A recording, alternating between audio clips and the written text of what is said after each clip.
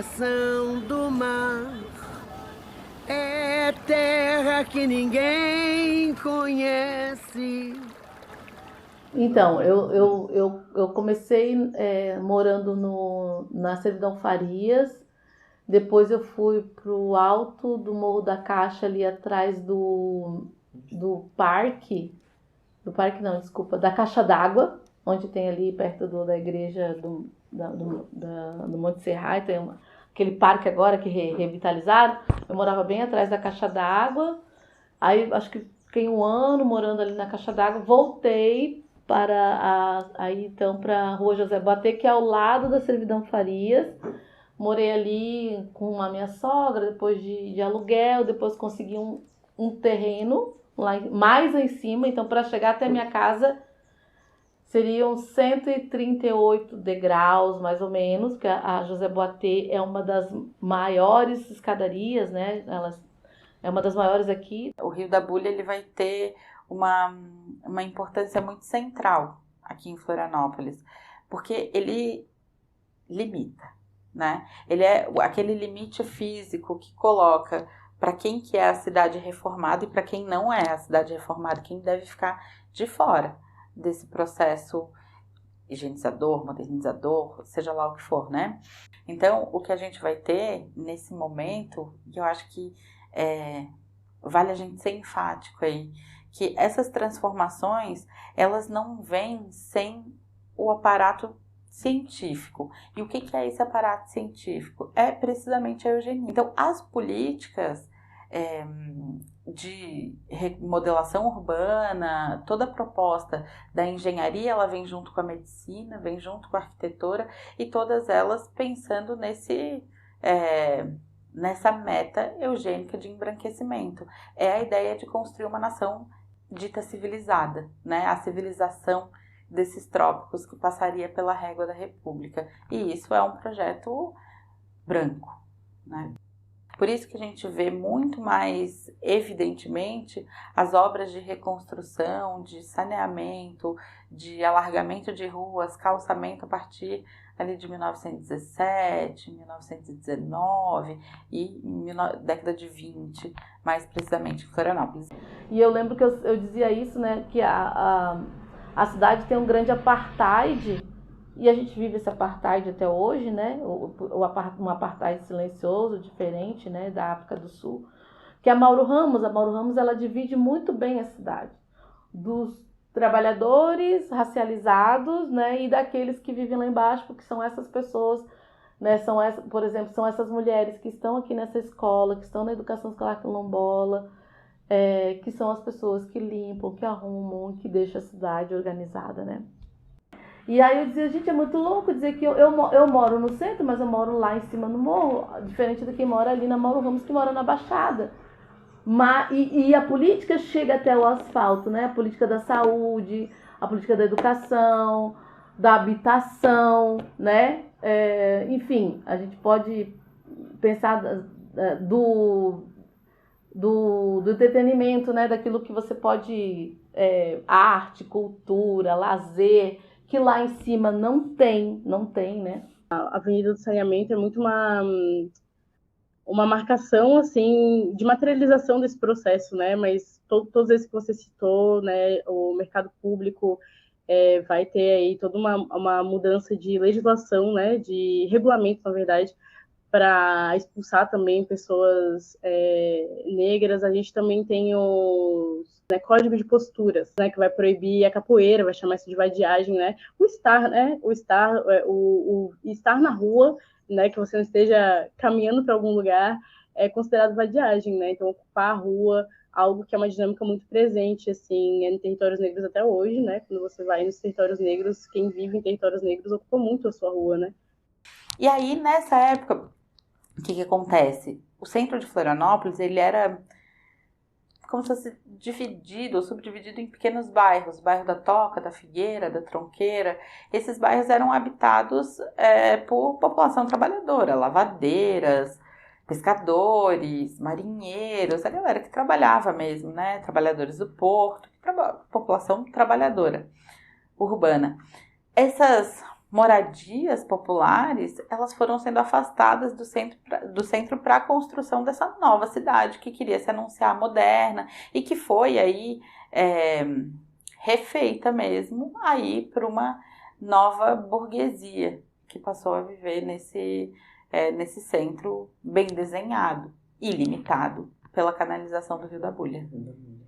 E aí o que eu acho importante observar nesse período é de que era muito mais explícito o uso do Estado, das ferramentas do Estado, enquanto estratégia racista, né? Porque a gente sabe que se o racismo é estrutural, ele está presente em todas as esferas, inclusive no Estado, mas hoje em dia, devido, de fato, a uma disputa mesmo sobre o que esse Estado tem que ser, como ele tem que ser, que é do nosso século, a gente tem o Estado de bem-estar social, enfim, outras dinâmicas. Naquele momento, não. O Estado era uma ferramenta muito mais explícita de controle, né?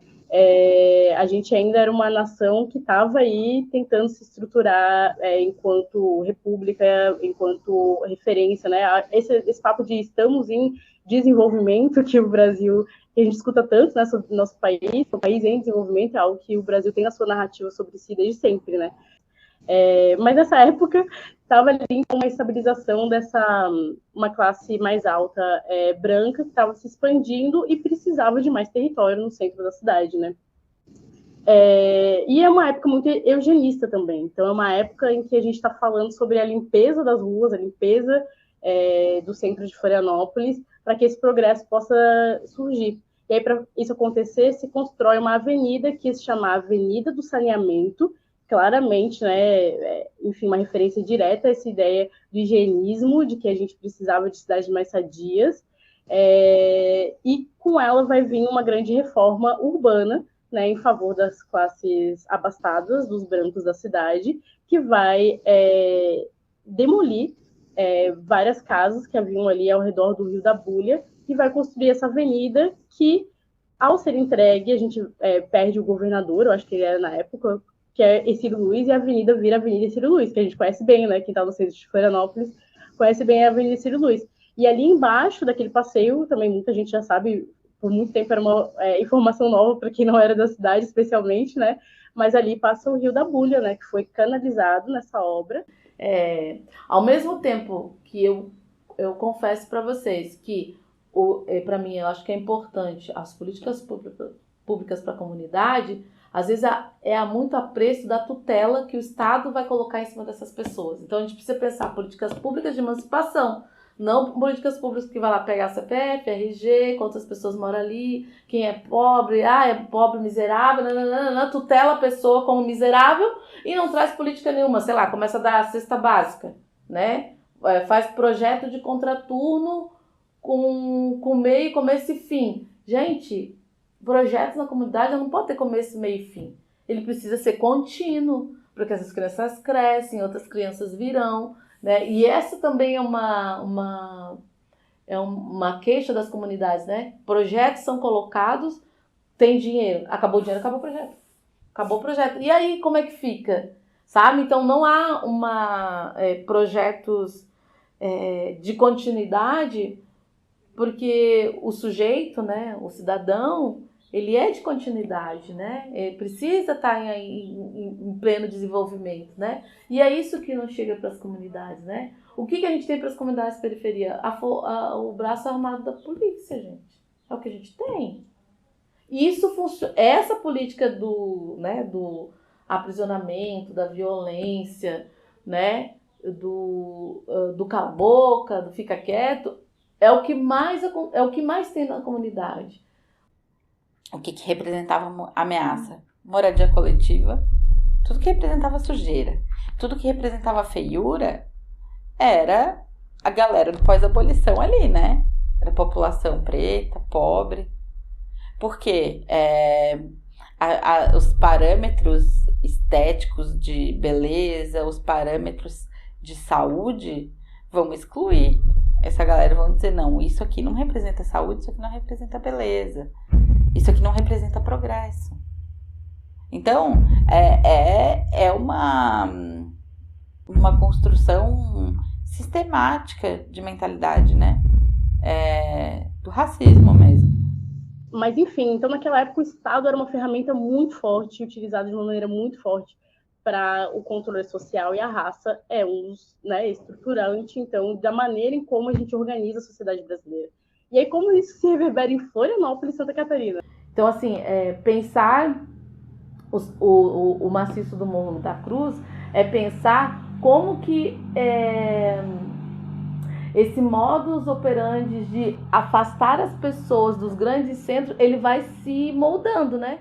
Depois teve o parque, né? O parque municipal do maciço do Morro da Cruz, que fica lá pertinho do Marista. O parque tá lá, não tem investimento no parque. Que atividades tem lá no parque para chamar a comunidade? Tem teatro? Tinha um anfiteatro, arrancaram, né? Tinha um lago lá, sei lá, também secaram o tal do lago. Não tem atividade cultural para a comunidade.